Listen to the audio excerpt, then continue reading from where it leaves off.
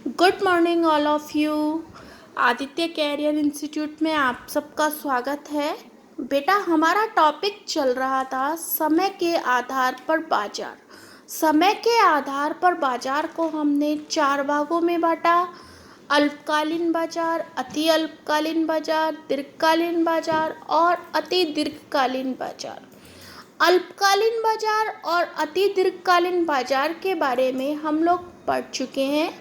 आज हम दीर्घकालीन बाजार और अति दीर्घकालीन बाजार क्या होता है, किसे कहते हैं, उसके बारे में पढ़ेंगे। दीर्घकालीन बाजार जैसा कि इसके नाम से ही क्लियर हो रहा है, दीर्घकालीन मीन्स जिसमें हमारे पास समय पर्याप्त मात्रा में होता है, हमारी समय अवधि जो होती है बहुत अधिक होती है। ऐसा बाजार जिसमें समय अवधि अधिक होने के कारण उत्पादक के लिए वस्तु की पूर्ति में मांग के अनुरूप परिवर्तन करना संभव होता है।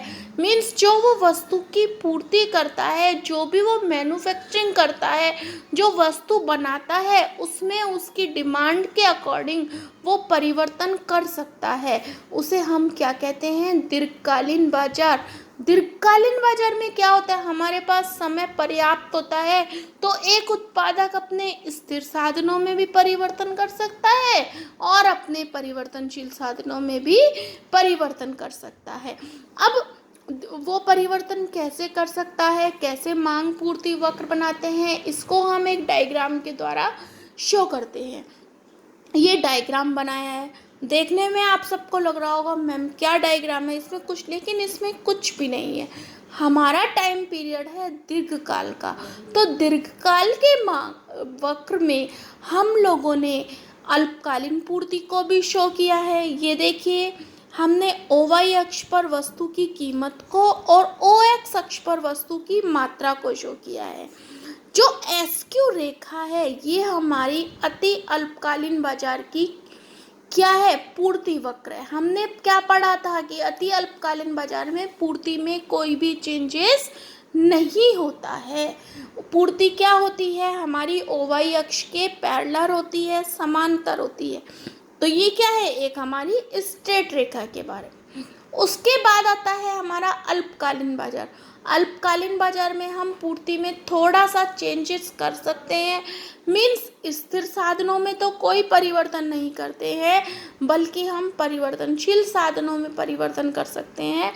तो ये रेखा हमारी थोड़ी चेंज हो जाती है। अब हम पढ़ रहे हैं लॉन्ग पीरियड बाजार मीन्स दीर्घकालीन बाजार। तो हम देखते हैं जब हमारी वस्तु की प्राइस OP रहती है तो जो हमारा साम्य बिंदु होता है वो E बिंदु पर होता है और हमारी वस्तु की मात्रा कितनी निर्धारित होती है? OQ निर्धारित होती है। और हमारा पूर्ति वक्र क्या है? LPS है, लॉन्ग टाइम रेखा है। जब हमारी लॉन्ग पीरियड सप्लाई इसको काटती है तो हमारी प्राइस बढ़कर क्या हो जाती है? OP1 हो जाती है और हमारा साम्य बिंदु भी क्या हो जाता है? E1 हो जाता है और हमारी वस्तु की मात्रा बढ़कर भी क्या हो जाती है? OQ1 हो जाती है। मीन्स कीमत में हमारी वृद्धि हो गई तो हमारे जो वस्तु की मात्रा है उसमें भी परिवर्तन हो गया। तो कहने का मतलब क्या है कि दीर्घकाल में हम स्थिर और परिवर्तनशील दोनों ही साधनों में क्या कर सकते हैं? परिवर्तन कर सकते हैं।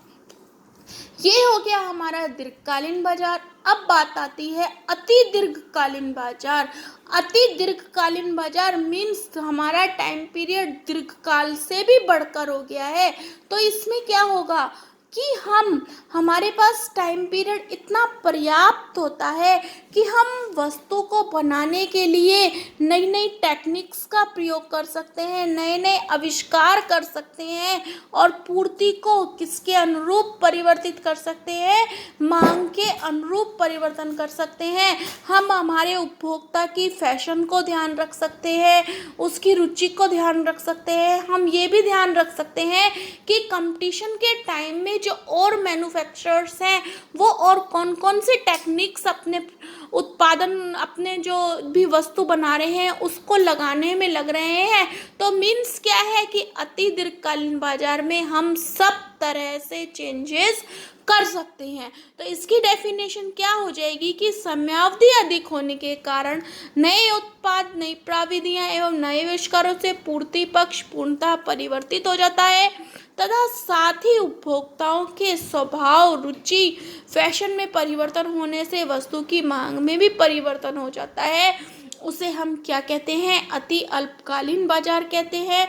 अतः वस्तु की पूर्ति व मांग दोनों में ही परिवर्तन संभव होता है, दीर्घकाल में भी संभव होता है और अति दीर्घकाल में भी संभव होता है। लेकिन अति दीर्घकाल में हमें और अधिक टाइम मिल जाता है, तो हम इसमें सारे अपने जितने भी आविष्कार हैं या जो भी उपभोक्ता की रुचि वगैरह है उन सबको ध्यान में रखते हुए चेंजेस कर सकते हैं। तो स्टूडेंट्स आज के लिए इतना ही। Okay, thank you.